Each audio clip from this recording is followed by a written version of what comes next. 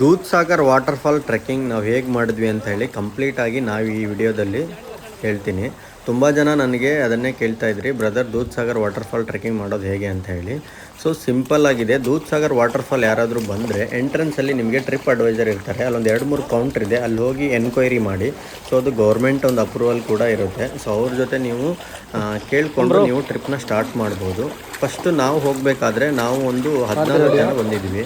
So ನಮ್ಮ team ಜೊತೆಗೆ ಇನ್ನೊಂದು ಟೀಮ್ ಕೂಡ ಬಂದಿತ್ತು. ನಮ್ಮ ಒಂದು ಟ್ರಿಪ್ ಅಡ್ವೈಸರು ಮತ್ತು ಇನ್ನೊಂದು ಟ್ರಿಪ್ ಅಡ್ವೈಸರ್ ಸೇರಿಕೊಂಡು ನಾವು ದೂದ್ ಸಾಗರ್ನ ಟ್ರೆಕ್ಕಿಂಗ್ ಸ್ಟಾರ್ಟ್ ಮಾಡಿದ್ವಿ. ತುಂಬ ಜನ ಹೇಳ್ತಾರೆ, ಬ್ರದರ್ ಟ್ರೈನಿಂದ ಇಳಿದು ನಾವು ನೋಡ್ಬೋದಲ್ಲ, ನಾವೇ ಒಬ್ಬೊಬ್ಬರೇ ಹೋಗಿ ಅಂತ ಹೇಳಿ. ದಯವಿಟ್ಟು ಆ ಥರದ ರಿಸ್ಕ್ಗಳನ್ನ ತಗೊಬೇಡಿ. ಟ್ರೈನಿಂದ ನೀವು ಜಂಪ್ ಮಾಡಿ ಮಿಡ್ ನೈಟಲ್ಲಿ ಇಳಿದು ಅಲ್ಲಿ ಯಾವುದಾದ್ರು ಪ್ರಾಣಿಗಳ ಕಡೆಯಿಂದ ನಿಮಗೇನಾದರೂ ತೊಂದರೆ ಆದರೆ ಯಾರು ನಿಮಗೆ ಇದು ಮಾಡಲ್ಲ. ಹಾಗೆ ಅದು ಕೂಡ ಅಲ್ಲೂ ಕೂಡ ಇಲ್ಲ. ಆ ಥರ ಯಾರಾದರೂ ಮಾಡಿದ್ರೆ ಅವರಿಗೆ ಜೈಲು ಮತ್ತು ಅವರಿಗೆ ಫೈನ್ ಕೂಡ ಬೀಳುತ್ತೆ. ದಯವಿಟ್ಟು ಆ ಥರ ಮಾಡಬೇಡಿ. ಏನೋ 1,000 ಅಥವಾ 1,500 ಈ ಥರ ಇರುತ್ತೆ. ಸೊ ಅದನ್ನು ನೀವು ಟ್ರಿಪ್ ಅಡ್ವೈಸರ್ ಕೊಟ್ಟರೆ ಕರ್ಕೊಂಡು ಹೋಗ್ತಾರೆ. ನೀವು ತುಂಬ ಜನ ಇದ್ದರೆ ಕಡಿಮೆ ಕೂಡ ಮಾಡ್ತಾರೆ. 600 ಈ ಥರ ಏನೋ ಇದೆ ಅನಿಸುತ್ತೆ. ನನಗೆ ಎಕ್ಸಾಕ್ಟ್ಲಿ ಅಲ್ಲಿನ ಒಂದು ಟ್ರಿಪ್ ಅಡ್ವೈಸರ್ ಅಮೌಂಟ್ ನನಗೆ ಗೊತ್ತಿಲ್ಲ. ಸೊ ತುಂಬ ಜನ ಪ್ಲ್ಯಾನ್ಗಳು ಕೂಡ ಇದೆ. ಆ ಪ್ಲ್ಯಾನಲ್ಲಿ ನಿಮಗೆ ಅವ್ರದ್ದೇ ಆದಂಥ ಬಡ್ಜೆಟ್ ಪ್ಲ್ಯಾನ್ಗಳಿರುತ್ತೆ. ನಾವು ನಮ್ಮ ಸ್ನೇಹಿತನಿಗೆ ಒಬ್ಬರು ಫಾರೆಸ್ಟ್ ಆಫೀಸರ್ ಪರಿಚಯ ಇರೋದ್ರಿಂದ ನಾವು ಅವ್ರ ಥ್ರೂಯಿಂದ ಹೋಗಿದ್ವಿ. ಇದಕ್ಕಿಂತ ಮುಂಚೆ 3-4 ವರ್ಷದ ಹಿಂದೆ ನಾನು ಹೋಗಿದ್ದೆ. ಸೊ ಈ ಬಾರಿ ನಾನು ಹೋಗಬೇಕಾದ್ರೆ ನಮ್ಮ ಒಂದು ಟೀಮು ದೊಡ್ಡದಾಗಿರೋ ಟೀಮ್ ಇತ್ತು. ಅಲ್ಲಿ ನಿಮಗೆ ಫಸ್ಟ್ ಹೋದ ತಕ್ಷಣ ನಿಮಗೆ ಒಂದು ಬ್ಯಾಡ್ಜ್ ಹಾಕ್ತಾರೆ. ಸೊ ನಾವು ದೂದ್ ಸಾಗರ್ ವಾಟರ್ಫಾಲ್ನ ಬ್ಯಾಡ್ಜ್ನ ಹಾಕ್ಕೊಂಡು ಹೊರಟ್ವಿ. ನಮ್ಮ ಟ್ರಿಪ್ ಅಡ್ವೈಸರ್ ಹುಡುಕ್ತಾ ಇದ್ವಿ. ನಮ್ಮ ಟ್ರಿಪ್ ಅಡ್ವೈಸರ್ ನಮ್ಮ ಜೊತೆ ಸಿಕ್ಕರು. ಸೊ ನಮ್ಮ ಟ್ರಿಪ್ ಅಡ್ವೈಸರು ತುಂಬ ಕ್ಲೋಸ್ ಆಗಿದ್ದರು. ಹಾಗೆ ಕಂಪ್ಲೀಟಾಗಿ ಪ್ರತಿಯೊಂದ್ರ ಬಗ್ಗೆನೂ ಆ ವ್ಯಕ್ತಿ ನಮಗೆ ಹೇಳ್ತಾ ಇದ್ರು. ಸೊ ಪ್ರತಿಯೊಂದು ಮರದ ಬಗ್ಗೆ, ಇದು ಯಾವ ರೀತಿ ಮರ, ಇದರಿಂದ ಏನು ಲಾಭ, ಹಾಗೆ ಪ್ರತಿಯೊಂದು ಪ್ರಾಣಿಗಳ ಬಗ್ಗೆ, ಈ ಪ್ರಾಣಿಗಳು ಯಾವುದು ಡೇಂಜರು, ಯಾವುದು ಡೇಂಜರ್ ಅಲ್ಲ, ಹಾಗೆ ನಮ್ಮ ಸ್ನೇಕು ಯಾವುದ್ರಲ್ಲಿ ವಿಷ ಇದೆ, ಯಾವ ಸ್ನೇಕಲ್ಲಿ ವಿಷ ಇಲ್ಲ. ಸೊ ನೀವು ಈ ಟ್ರೆಕ್ಕಿಂಗ್ ಹೋಗ್ತಾ ಇರಬೇಕಾದ್ರೆ ನಿಮಗೆ ತುಂಬ ಸ್ನೇಕ್ಸ್ಗಳಂತೂ ಸಿಕ್ಕೇ ಸಿಗುತ್ತೆ, ಹಾಗೆ ಪ್ರಾಣಿಗಳು ನಿಮಗೆ ಸಿಗುತ್ತೆ. ಸೊ ಅವ್ರಿಗೆ ಗೊತ್ತಿರುತ್ತೆ ಟ್ರಿಪ್ ಅಡ್ವೈಸರ್ಗಳಿಗೆ ಯಾವ ಒಂದು ಸೇಫೆಸ್ಟ್ ಜಾಗದಲ್ಲಿ ಹೋಗಬಾರ್ದು ಅಂತ ಹೇಳಿ. ಈ ಒಂದು ಟ್ರೆಕ್ಕಿಂಗ್ ಬಂದುಬಿಟ್ಟು ನಿಮಗೆ 20 ಕಿಲೋಮೀಟ್ರ್ ಇದೆ ಒಂದು ಸೈಡು. ಸೊ 2 ಸೈಡ್ ನಿಮಗೆ 40 ಕಿಲೋಮೀಟ್ರ್ ಆಗುತ್ತೆ. ನಿಮ್ಮಲ್ಲಿ ಸ್ಟ್ಯಾಮಿನಾ ಇದ್ದರೆ ಮಾತ್ರ ಈ ಟ್ರೆಕ್ಕಿಂಗ್ಗೆ ಹೋಗಿ. ಸೊ ನಿಮ್ಗೆ ಇನ್ನೂ ಶಾರ್ಟ್ ಕಟ್ಟಲ್ಲಿ 12ರಿಂದ 15 ಕಿಲೋಮೀಟರ್ದು ಕೂಡ ಇದೆ. ಅದು ರೈಲ್ವೆ ಟ್ರ್ಯಾಕಲ್ಲಿ ಹೋಗೋದು. ನಾವು ಹೋಗಬೇಕಾದ್ರೆ ಲಾಂಗ್ ರೂಟ್ನ ಆಯ್ಕೆ ಮಾಡಿದ್ವಿ, ಯಾಕಂದರೆ ನಮಗೆ ಟ್ರೆಕ್ಕಿಂಗ್ ಮಾಡಿ ಅಭ್ಯಾಸ ಇರೋದ್ರಿಂದ. ಸೊ ಸೆಕೆಂಡ್ ನಾವು ರಿಟರ್ನ್ ಬರುವಾಗ ರೈಲ್ವೆ ಟ್ರ್ಯಾಕಲ್ಲಿ ಬಂದ್ವಿ, ಯಾಕಂದರೆ ಶಾರ್ಟ್ ಕಟ್ಟಲ್ಲಿ ಬಂದ್ವಿ. ಸಿಕ್ಕಾಪಟ್ಟೆ ಟಯರ್ಡ್ ಆಗಿ ಹೋಗಿತ್ತು ಗುರು, ಅಷ್ಟೊಂದು ಎನರ್ಜಿ ಇದ್ರೂ ಟಯರ್ಡ್ ಆಗಿ ಹೋಗಿತ್ತು. ಈ ಥರ ನಿಮಗೆ ಮಿಡ್ಲಲ್ಲಿ ಸಿಕ್ಕಾಪಟ್ಟೆ ರಿವರ್ ಕ್ರಾಸಿಂಗ್ಗಳು ಬರುತ್ತೆ. ಅದಕ್ಕೋಸ್ಕರ ಹೆವಿ ರೈನ್ ಇದ್ದಾಗ ಇಲ್ಲಿ ಅಲೋ ಮಾಡಲ್ಲ, ಕಂಪ್ಲೀಟಾಗಿ ದೂದ್ ಸಾಗರ್ನ ಬಂದ್ ಮಾಡ್ತಾರೆ. ರೈನ್ ಸ್ವಲ್ಪ ಕಡಿಮೆ ಆದಾಗ ಅಥವಾ ಸ್ಟಾರ್ಟಿಂಗ್ ಮಾನ್ಸೂನ್ ಟೈಮಲ್ಲಿ ನಿಮಗೆ ಅಲೋ ಮಾಡ್ತಾರೆ. ಯಾರಾದರೂ ಟ್ರೆಕ್ಕಿಂಗ್ ಹೋಗಬೇಕಂತ ಇದ್ದರೆ ಮೊದಲೇ ಎಲ್ಲದನ್ನು ವಿಚಾರಿಸ್ಕೊಂಡು ತಿಳ್ಕೊಂಡು ದಯವಿಟ್ಟು ದೂದ್ ಸಾಗರ್ ಹೋಗಿ. ದೂದ್ ಸಾಗರ್ ಬಂದ ತಕ್ಷಣ ನಿಮಗೆ ಬ್ಯಾನ್ ಆಗಿದೆ ಅಂತ ಹೇಳಿ ತಿಳ್ಕೊಂಡು ವಾಪಸ್ ಹೋಗೋವಂಥ ಪರಿಸ್ಥಿತಿ ಬರುತ್ತೆ. ಯಾರಾದರೂ ವಿತೌಟ್ ಪರ್ಮಿಷನ್ ರೈಲ್ ಕಂಬಿಲಿ ಏನಾದರೂ ನಡೆದ್ರೆ ಅವರಿಗೆ ಸಿಕ್ಕಾಪಟ್ಟೆ ಪೊಲೀಸ್ ಏಟ್ ಬೀಳುತ್ತೆ ಅಂಡಿಗೆ. ಸೊ ಅದರ ಬಗ್ಗೆ ಕೇರ್ಫುಲ್ ಆಗಿರಿ. ಸೊ ಟ್ರಿಪ್ ಅಡ್ವೈಸ್ ನಾನು ಏನು ಕೊಡ್ತೀನಿ ಅಂದರೆ, ಯಾರು ಫಸ್ಟ್ ಟ್ರಿಪ್ ಹೋಗಬೇಕಂತ ಇದ್ದೀರಾ, ಟ್ರೆಕ್ಕಿಂಗ್ ಮಾಡಬೇಕಂತ ಇದ್ದೀರಾ, ಓಕೆ ನಿಮಗೆ 20 ಕಿಲೋಮೀಟ್ರ್ ಆಗಿಲ್ಲ ಅಂದರೆ 15 ಕಿಲೋಮೀಟ್ರ್ ಸೆಲೆಕ್ಷನ್ ಮಾಡ್ಕೊಡಿ, ಶಾರ್ಟ್ ಕಟ್ಟು. ಸೊ ಹೋಗಬೇಕಾದ್ರೆ ದಯವಿಟ್ಟು ಸ್ನ್ಯಾಕ್ಸ್ಗಳ್ನ ಅಥವಾ ಫ್ರೂಟ್ಸ್ಗಳ್ನ ಏನಾದರೂ ಇಟ್ಕೊಂಡು ಹೋಗಿ. ಮಿಡಲಲ್ಲಿ ಫಾರೆಸ್ಟಲ್ಲಿ ನಿಮಗೇನೂ ಸಿಗೋಲ್ಲ, ಫಾರೆಸ್ಟಲ್ಲಿರೋ ಹಣ್ಣು ಇವನ್ನೆಲ್ಲ ತಿನ್ನೋಕ್ಕಾಗಲ್ಲ, ಅದು ಯಾವುದು ಏನು ಅಂತ ಗೊತ್ತಿಲ್ಲ. ಸೊ ವಾಟರ್ ಬಾಟಲ್ ಕೂಡ ನೀವು ಕ್ಯಾರಿ ಮಾಡಿ. ಸೊ ಮಾನ್ಸೂನಲ್ಲಿ ನಿಮ್ಗೆ ವಾಟರ್ ಬಾಟಲ್ ಅವಶ್ಯಕತೆಯೇ ಇಲ್ಲ, ಯಾಕಂದರೆ ಸಿಕ್ಕಾಪಟ್ಟೆ ರಿವರು ನೀರು ಅದ್ದೇ ಇರುತ್ತೆ. ಅದು ಕ್ಲೀನೆಸ್ಟ್ ನೀರು ಅಂತ ಹೇಳ್ಬೋದು. ನಾವು ಮಾತ್ರ ಯಾವುದು ವಾಟರ್ ಬಾಟಲ್ನ ಕ್ಯಾರಿ ಮಾಡಿದ್ವಿ, 1-2 ಬಾಟ್ಲು, ಅದು ಮಿಡ್ಲಲ್ಲೇ ಖಾಲಿ ಆಗೋಯಿತು. ಟ್ರೆಕ್ಕಿಂಗು ಜಾಸ್ತಿ ಇರೋದಕ್ಕೆ ನೀರು ತುಂಬ ಸಲ ಕುಡಿಬೇಕು ಅನಿಸುತ್ತೆ. ಸೊ ಅದಕ್ಕೆ ನಾವು ಮಾತ್ರ ಇಲ್ಲಿರೋ ರಿವರ್ ನೀರನ್ನೇ ಕುಡಿದು, ಯಾಕಂದರೆ ಅದರಷ್ಟು ಕ್ಲೀನ್ ಯಾವುದೂ ಇಲ್ಲ. ಸೊ ಅದರ ನೀರನ್ನೇ ಕುಡಿದು ನಾವು ಟ್ರೆಕ್ನ ಸ್ಟಾರ್ಟ್ ಮಾಡಿದ್ವಿ. ನಮ್ಮ ಟೀಮ್ ಮಾತ್ರ ಸಿಕ್ಕಾಪಟ್ಟೆ ಫನ್ನಿ ಟೀಮು, ಹಾಗೆ ಎಂಜಾಯ್ ಮಾಡುತ್ತೆ. ಸೊ ಪ್ರತಿಯೊಬ್ಬರು ಕೂಡ ಅದೇ ಥರನೇ ಇದ್ದಾರೆ. ಲೈಫ್ನ ಎಂಜಾಯ್ ಮಾಡಬೇಕು, ಕಮಿಟ್ಮೆಂಟ್ಗಳ ಜೊತೆ ಲೈಫ್ನ ಲೀಡ್ ಮಾಡಬೇಕು, ಜಾಬ್ನೂ ಮಾಡಬೇಕು, ಅದೇ ಥರ ಇದ್ದಾರೆ. ಸೊ ನಾವು ಕೂಡ ಹೀಗೆ ಫಾರೆಸ್ಟಲ್ಲಿ ಎಂಜಾಯ್ ಮಾಡಿಕೊಂಡು ನಮ್ಮ ಲೈಫ್ನ ಎಂಜಾಯ್ ಮಾಡ್ತಾ ಇದ್ದೀವಿ. ಸೊ ನಮಗೂ ಸಿಕ್ಕಾಪಟ್ಟೆ ಕಮಿಟ್ಮೆಂಟ್ ಇದೆ. ತುಂಬ ಜನ ಏನಪ್ಪ ಇವ್ರು ಸುತ್ತಾಡ್ಕೊಂಡಿರ್ತಾರೆ, ಮಜಾ ಮಾಡ್ತಾರೆ ಅಂತ ಹೇಳ್ತೀರಾ. ನಿಮ್ಮ ಥರ ನಾವು ಶನಿವಾರ, ಸಾಟರ್ಡೆ, ಸಂಡೇ ರಜೆ ಬಂದಾಗ ಮೊಬೈಲ್ ಇಟ್ಕೊಂಡು ರೀಲ್ಸ್ಗಳು ನೋಡ್ಕೊಂಡು ಕೂರಲ್ಲ. ಈ ಥರ ರೈಡ್ಗೆ ಹೋಗ್ತೀವಿ ಅಥವಾ ಅಂದರೆ ಟ್ರೆಕ್ಕಿಂಗ್ ಹೋಗ್ತೀವಿ. ಸಿಕ್ಕಾಪಟ್ಟೆ ಟ್ರೆಕ್ಕಿಂಗ್ಗಳು ಕೂಡ ನಾನು ಮಾಡಿದ್ದೀನಿ. ಸೊ ಇದು ಕೂಡ ಒಂದು. ದೂದ್ ಸಾಗರ್ ತುಂಬ ಅಂದರೆ ತುಂಬ ಚೆನ್ನಾಗಿದೆ. ದಯವಿಟ್ಟು ಒಂದು ಸಲ ದೂದ್ ಸಾಗರ್ ಟ್ರೆಕ್ಕಿಂಗ್ನ ಮಾಡಿ ಎಂಜಾಯ್ ಮಾಡಿ ಲೈಫಲ್ಲಿ. ಫ್ಯಾಮಿಲಿ ಜೊತೆ ಬರ್ತೀರಾ ಅಂದರೆ ಸ್ವಲ್ಪ ಕಷ್ಟ ಅಂತ ಅನಿಸುತ್ತೆ. ಮಕ್ಕಳೆಲ್ಲ ಇದ್ದಾರೆ, ಅವರಿಗೆಲ್ಲ ಟ್ರೆಕ್ಕಿಂಗ್ ಮಾಡೋದು ಕಷ್ಟ ಆಗುತ್ತೆ. ಆಮೇಲೆ ಅವ್ರನ್ಗಳನ್ನೆಲ್ಲ ಎತ್ಕೊಂಡು ನೀವು ಟ್ರೆಕ್ಕಿಂಗ್ ಮಾಡಬೇಕಾಗುತ್ತೆ, ಅದು ಸ್ವಲ್ಪ ಕಷ್ಟ ಆಗುತ್ತೆ ಅನ್ನಿಸ್ತಾ ಇದೆ ನನ್ನ ಪ್ರಕಾರ. ಸೊ ನಾನು ಹೇಳಿದಂಗೆ ಈ ಒಂದು ಟ್ರೆಕ್ಕಿಂಗ್ ಮಾಡಬೇಕಾದ್ರೆ ಸ್ನ್ಯಾಕ್ಸು ಮತ್ತು ನಿಮ್ಗೆ ಏನೇನು ಬೇಕು ಫುಡ್ಗಳನ್ನ ಇಟ್ಕೊಂಡು ಟ್ರೆಕ್ಕಿಂಗ್ ಮಾಡಿ. ಮಿಡ್ಲಲ್ಲಿ ಯಾವುದೇ ರೀತಿ ಫೈರ್ ಕ್ಯಾಂಪ್ ಮತ್ತು ಅದಕ್ಕೆಲ್ಲ ಅಲೋ ಕೊಡಲ್ಲ, ಅದಕ್ಕಂತಲೇ ಸಪ್ರೇಟ್ ಕ್ಯಾಂಪ್ಸ್ ಇದೆ, ಅದರಲ್ಲಿ ಮಾಡ್ತಾರೆ, ದೂದ್ಸಾಗರಲ್ಲೇ ಇದೆ.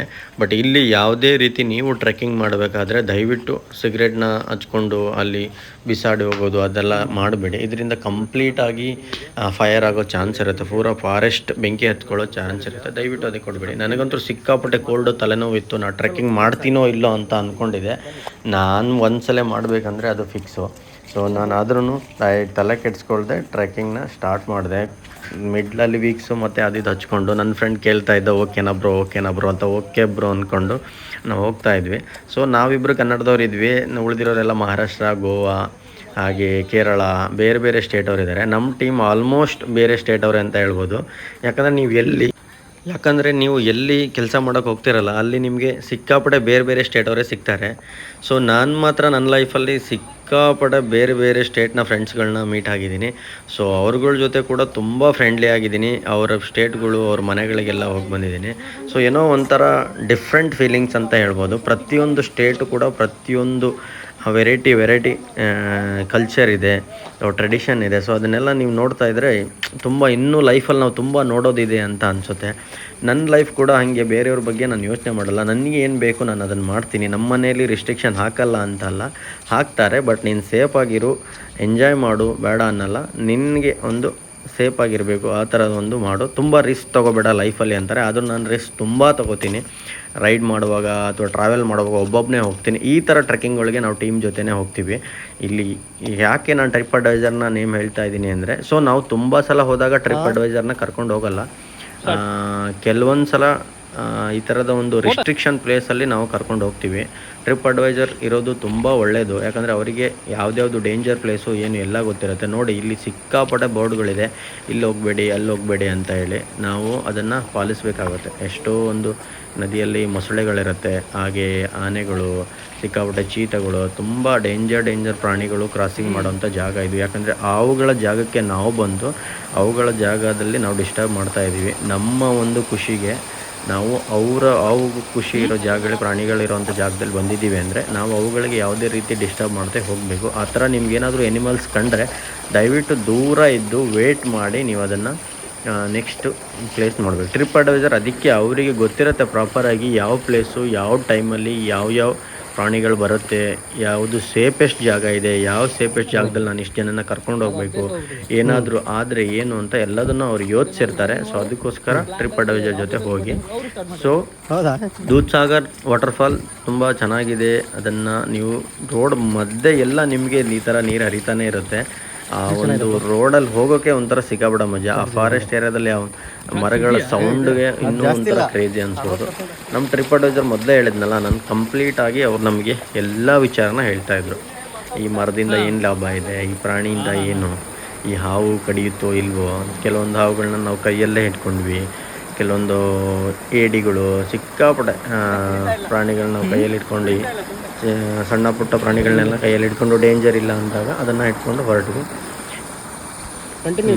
ನಡೀತಾ ಇದ್ದೀವಿ. ನಮಗೆ ಗೊತ್ತೇ ಆಗ್ತಿಲ್ಲ ಎಷ್ಟು ಕಿಲೋಮೀಟರ್ ನಡೀತಾ ಅಂತ ಹೇಳಿ. ನಮಗೆ ಅರ್ಥ ಆಗ್ತಿಲ್ಲ, ನಾವು 15-20 ಕಿಲೋಮೀಟರ್ ನಾವು ಟ್ರೆಕ್ಕಿಂಗ್ ಮಾಡ್ತೀವ ಅಂತ ಹೇಳಿ. ಅಷ್ಟು ಟಯರ್ಡ್ ಆಗ್ತಾಯಿತ್ತು. ಯಾಕೆ ಆಗ್ತಾಯಿತ್ತು ಅಂದರೆ ನಮ್ಗೆ ಆಲ್ರೆಡಿ ಒದ್ದೆ ಆಗಿಬಿಟ್ಟಿತ್ತು ಬಟ್ಟೆ. ಸೊ ಒದ್ದೆ ಬಟ್ಟೆಯಲ್ಲಿ ನಡಿಬೇಕಂದ್ರೆ ಸಿಕ್ಕಾಪಟ್ಟೆ ಇರಿಟೇಷನ್ ಆಗುತ್ತೆ. ಶಾರ್ಟ್ಸ್ ಹಾಕ್ಕೊಂಡು ಬರೋಣ ಅಂದರೆ ಈ ಉಂಬಳದ ಕಾಟ. ಶಾರ್ಟ್ಸ್ ಹಾಕೊಂಡ್ಬಂದರೆ ಸಿಕ್ಕಾಪಟ್ಟೆ ಉಂಬಳಗಳು ಹತ್ಕೊಂಡ್ಬಿಡುತ್ತೆ. ಬಟ್ ಒಂದು ಲೆಕ್ಕದಲ್ಲಿ ಶಾರ್ಟ್ಸೇ ಕಂಫರ್ಟ್ ಅನಿಸುತ್ತೆ. ನಾವು ಸ್ಟಾರ್ಟಿಂಗೇ ಬರುವಾಗ ಫುಲ್ಲು ಕಾಲಿಗೆ ಮತ್ತು ಕೈಗೆ, ಬಾಡಿಗೆ ಡೆಟಾಲೆಲ್ಲ ಹಚ್ಕೊಂಡು ಉಂಬಳ ಹತ್ತದೇ ಇರೋ ಥರ ಎಲ್ಲ ಸೇಫ್ಟಿಯಿಂದ ಮಾಡಿಕೊಂಡು ಬಂದ್ವಿ. ನಾನು ನಮ್ಮ ದೋಸ್ತ ಸ್ಟೈಲಾಗಿ ಜೀನ್ಸ್ ಪ್ಯಾಂಟ್ ಹಾಕೊಂಡ್ಬಂದ್ವಿ. ನಮ್ಮದಂತೂ ಪಿಕ್ಚರ್ ಬಿಟ್ಟು ಹೋಗಿತ್ತು. ಮಿಡ್ಲಲ್ಲಿ ಎಲ್ಲ ಕಡೆ ರೆಡ್ಡಾಗಿ ಹೋಗಿತ್ತೇನೋ, ಚಡ್ಡಿ ಎಲ್ಲ ಹಸಿಯಾಗಿ ಹೋಗಿದ್ವು. ಸೊ ರಿವರ್ನ ಕ್ರಾಸ್ ಮಾಡಬೇಕಾದ್ರೆ ಸಿಕ್ಕಾಪಟ್ಟೆ ಡೇಂಜರ್ ರಿವರ್ಗಳಿದೆ ಮಿಡಲಲ್ಲಿ. ಯಾಕಂದರೆ ಮಳೆ ಜಾಸ್ತಿ ಇದೆ ಅಂದರೆ ಈ ಥರ ಮರಗಳೆಲ್ಲ ಬಿದ್ದೋಗುತ್ತೆ, ರೋಡ್ ಬ್ಲಾಕ್ ಆಗುತ್ತೆ, ಅದೆಲ್ಲ ನಾವು ಮುಗಿಸ್ಕೊಂಡು ಹೋಗಬೇಕು. ಹಾಗೆ ನದಿಗಳನ್ನ ಕ್ರಾಸ್ ಮಾಡಬೇಕಂದ್ರೆ ಈಜಿ ಅಲ್ಲ. ನೋಡಿ ಎಷ್ಟು ದೊಡ್ಡ ಬೆಟ್ಟ ಗುಡ್ಡಗಳು. ಹೋಗ್ತಾ ನೀವು ಒಳಗಡೆ ಫಾರೆಸ್ಟಲ್ಲಿ ಹೋಗ್ತಾ ಡಿಫ್ರೆಂಟ್ ವೈಬ್ ನಿಮಗೆ ಕಾಣುತ್ತೆ. ಸಿಕ್ಕಾಪಟ್ಟೆ ಕ್ರೇಜಿ ಅನಿಸುತ್ತೆ. ನೇಚರೇ ಏನೋ ಅಪ್ಪ ಇಷ್ಟೊಂದು ಚೆನ್ನಾಗಿದೆ ಅಂತ ಹೇಳಿ. ಅದೇ ನಾವು ಎಷ್ಟೊಂದು ಡೆಮಾಲಿಷ್ ಮಾಡಿದ್ದಾರೆ ಫಾರೆಸ್ಟ್ಗಳನ್ನ. ನಾನು ಹೇಳಿದ್ನಲ್ಲ ಆಗ್ಲೇ ಹಿಂಗೆ ನೀರು ಕುಡ್ಕೊಂಡು ಫೇಸ್ ವಾಶ್ ಮಾಡಿಕೊಂಡು ಹಿಂಗೆ ಎಂಜಾಯ್ ಮಾಡ್ಕೊಂಡು ಲೈಫ್ನ ಹೋಗ್ತಾ ಇದ್ವಿ ನಾವು.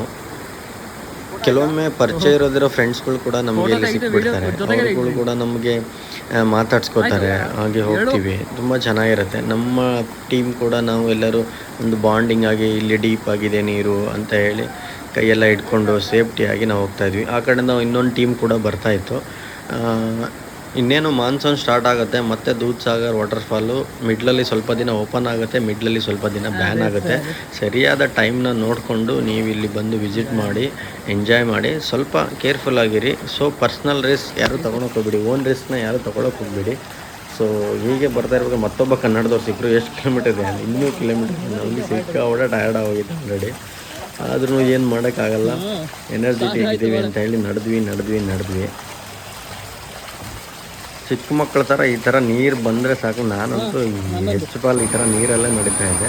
ಮಿಡಲಲ್ಲಿ ನಿಮಗೆ ಸಿಕ್ಕಾಪಟ್ಟೆ ಸೇತುವೆಗಳನ್ನ ಈ ಥರದ ನದಿಗಳನ್ನ ಹಾಕಿದ್ದಾರೆ, ಸೇಫಾಗಿ ನಾವು ಆ ಕಡೆ ಕ್ರಾಸ್ ಆಗಲಿ ಅಂತೇಳಿ. ಇನ್ ಕೇಸ್ ಸಿಕ್ಕಾಪಟ್ಟೆ ಮಳೆ ಬಂದರೆ ಈ ಥರ ರಿವರ್ಗಳು ಕ್ರಾಸಿಂಗ್ ಮಾಡೋಕ್ಕೆ ಹಾಕಿದ್ದಾರೆ. ನಾವು ಇದ್ರಲ್ಲಿ ಸ್ವಲ್ಪ ಸ್ಟಾರ್ಟಿಂಗ್ ಭಯ ಆಗ್ತಾಯಿತ್ತು, ಎಲ್ಲ ಕುಚ್ಚಿಡ್ದೋಗಿದೆ ಅಂತ ನೋಡಿಕೊಂಡು ಚೆಕ್ ಮಾಡಿ ಓಕೆ ಚೆನ್ನಾಗಿದೆ ಬ್ರಿಡ್ಜ್ ದಾಟ್ಬೋದು ಅಂತ ಹೊರಟಿದ್ವಿ. ತುಂಬ ಕಡೆ ಎಂಟ್ರಿ ರಿಸ್ಟ್ರಿಕ್ಟೆಡ್ ಇತ್ತು. 2% ಅಂತ ಬ್ರಿಡ್ಜ್, ಅಂದರೆ ಇಬ್ಬರು ಮಾತ್ರ ಹೋಗಬೇಕು ಬ್ರಿಡ್ಜಲ್ಲಿ. ಜಾಸ್ತಿ ಜನ ಹೋದರೆ ಕಟ್ಟಾಗೋ ಚಾನ್ಸ್ ಇರ್ತಿತ್ತು. ಅದಕ್ಕೋಸ್ಕರ ನಾವು ಇಬ್ಬಿಬ್ಬರೇ ಕ್ರಾಸ್ ಮಾಡ್ಕೊಂಡು ಹೋಗ್ತಾಯಿದ್ವಿ. ಇಲ್ಲಿ ಮೊಬೈಲ್ ಇಟ್ಕೊಂಡಾಗ ಫುಲ್ ಶೇಕ್ ಆಗ್ತಿದೆ. ಎಲ್ಲಪ್ಪ ಮೊಬೈಲ್ ಬಿದ್ದೋದ್ರೆ ಏನಪ್ಪ ಕತೆ ಅನ್ನಿಸ್ತಾ ಇತ್ತು. ಈ ಥರ ಒಂದು 3-4 ಬ್ರಿಡ್ಜ್ನ ಹಾಕಿದ್ದಾರೆ ದೂದ್ ಸಾಗರ್ ಒಳಗಡೆ, ಫಾರೆಸ್ಟ್ ಒಳಗಡೆ. ನೀವು ಟ್ರೆಕ್ಕಿಂಗ್ ಮಾಡೋಕ್ಕೆ ಹೋದಾಗ ನಿಮಗೆ ಈ ಒಂದು ಅನುಭವ ಸಿಗುತ್ತೆ. ಸೊ ಇಲ್ಲಿ ಫೋಟೋ ತಗೊಂಡು ನಿಂತ್ಕೊಳ್ಳೋಕ್ಕಾಗಲ್ಲ ಜಾಸ್ತಿ, ಯಾಕಂದರೆ ಮೊಬೈಲ್ ಬಿದ್ದೋಗೋ ಚಾನ್ಸಸ್ ಕೂಡ ಇರುತ್ತೆ. ಸ್ವಲ್ಪ ವೈಬ್ರೇಟ್ ಆಗ್ತಾ ಇರುತ್ತೆ ಸೇತುವೆ ಸ್ವಲ್ಪ ಶೇಕ್ ಆಗ್ತಾ ಇರುತ್ತೆ. ಸೊ ಮಿಡ್ಲಲ್ಲಿ ಮತ್ತೆ ನಾವು ಫಾರೆಸ್ಟ್ ಒಳಗೆ ಎಂಟ್ರಿ ನಡೀತಾನೇ ಇದ್ದೀವಿ. ಇನ್ನೂ ನಮಗೆ ದೂದ್ ಸಾಗರ್ ಎಷ್ಟು ಹುಡುಕಿದ್ರೂ ನಮಗೆ ದೂದ್ ಸಾಗರ್ ಸಿಗ್ತಾನೇ ಇಲ್ಲ.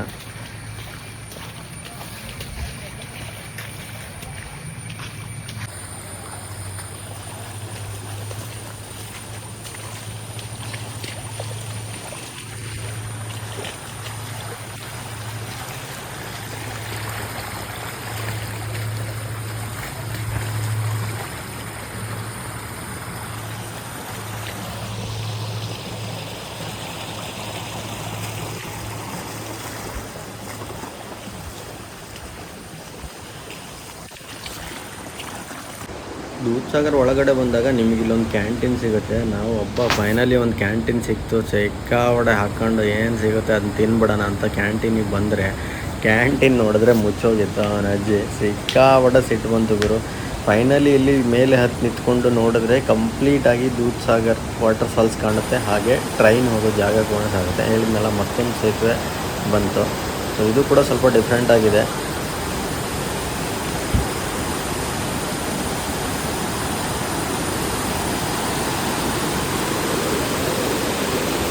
ಎಲ್ಲ ಟಾಯಲ್ಕಿ ಮಾಡಿ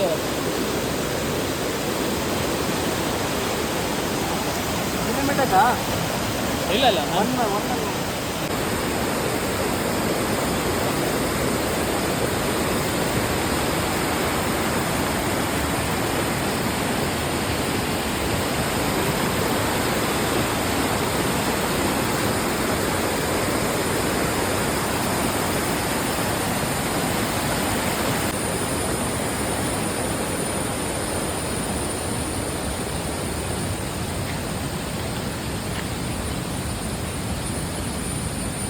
ಬಾಪ್ರೆ ಹೆವಿ ಇದು.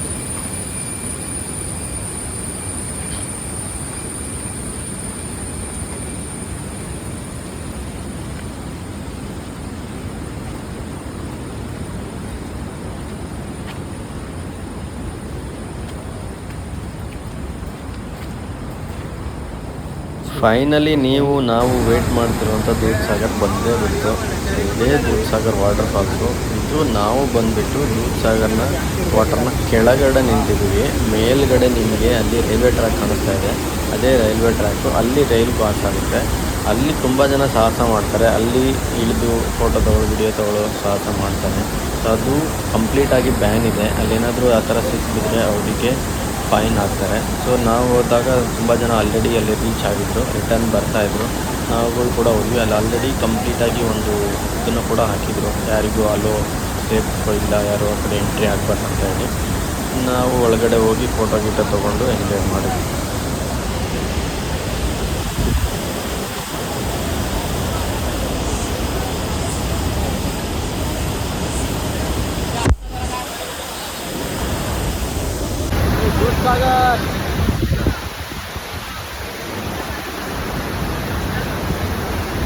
ಇದೇ ದೂದ್ಸಾಗರು. ನೆಕ್ಸ್ಟ್ ಟೈಮು ಎಲ್ಲ ಪ್ಲ್ಯಾನ್ ಮಾಡಿಕೊಂಡು ವಿಸಿಟ್ ಮಾಡಿ. ಥ್ಯಾಂಕ್ ಯು, ಬಾಯ್ ಬಾಯ್.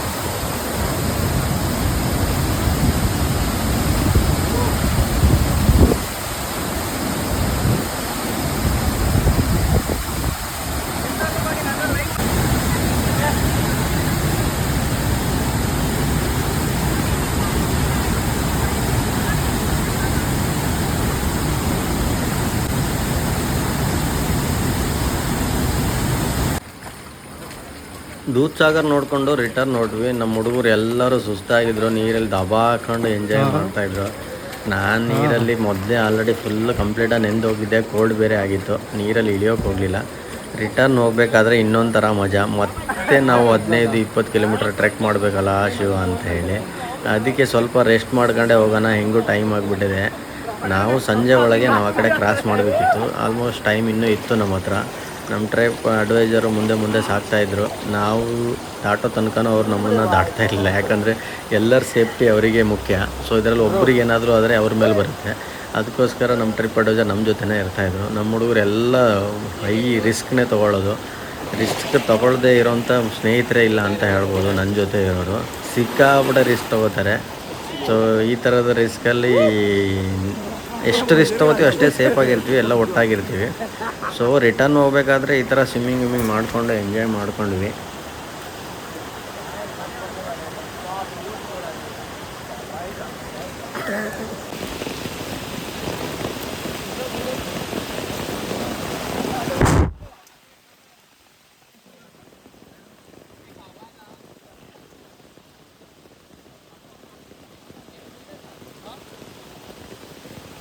ನಮಗೆ ಮಳೆ ಅಷ್ಟೊಂದು ಸಮಸ್ಯೆ ಕೊಟ್ಟಿಲ್ಲ ಅಂದ್ರೂ ಮಿಡ್ಲಲ್ಲಿ ಬರ್ತಾನೆ ಇತ್ತು. ಮಿಡ್ಲಲ್ಲಿ ಬರೋದು ಹೋಗೋದು ಮಳೆ ಮಾಡ್ತಾನೆ ಇತ್ತು.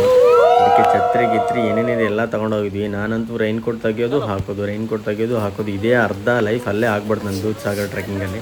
ರಿಟರ್ನ್ ಬಂದಮೇಲೆ ನಮ್ಮ ಹೆಣನೇ ಬಿದ್ದೋಗಿತ್ತು, ಕಾಲು ಕೈ ಎಲ್ಲ ಕ್ರ್ಯಾಂಪ್ ಆಗಿ ಜೀವನನೇ ಸಾಕಾಗಿತ್ತು. ಟ್ರಿಪ್ ಸಾವಾಸನೇ ಬೇಡ ಗುರು ಹಂಚ್ಬಿಡ್ತು, ಅಷ್ಟು ಟಯರ್ಡ್ ಆಗಿಬಿಟ್ಟಿದ್ವಿ. ಮನೆಗೆ ಹೋಗಿ ಕೂತ್ಕೊಳ್ಳೋಕ್ಕಾಗುತ್ತೋ ಇಲ್ಲ ಅನ್ನೋ ಥರ ಆಗಿತ್ತು. ಎಲ್ಲರೂ ಟ್ರೈನ್ ಹಣಿಲಿ ಬಂದು ಇದೇ ಎಂಡ್ ಜಾಗ, ಇಲ್ಲಿಗೆ ನಾವು ಫೈನಲ್ ಬಂದು ರೀಚ್ ಆದ್ವಿ. ನಾವು ಸ್ಟಾರ್ಟ್ ಮಾಡಿರೋ ಜಾಗ ಇದು. ಇಲ್ಲಿ ಬಂದು ರೀಚ್ ಆಗಿ ಸುಸ್ತಾಗಿ ಎಲ್ಲರೂ ಒಬ್ಬರೊಬ್ಬರು ಮುಖ ನೋಡಿಕೊಂಡು ಕಿಸಿತಾ ಇದ್ವಿ. ಸೊ ಹೀಗೆ ನಮ್ಮ ಟ್ರೆಕ್ಕಿಂಗ್ ಮುಗೀತು. ಸೊ ನೀವುಗಳು ಕೂಡ ಗೋವಾ ದೂದ್ಸಾಗರ್ ಟ್ರೆಕ್ಕಿಂಗ್ನ ಮಾಡಿ, ಬೇಗ ಎಂಜಾಯ್ ಮಾಡಿ.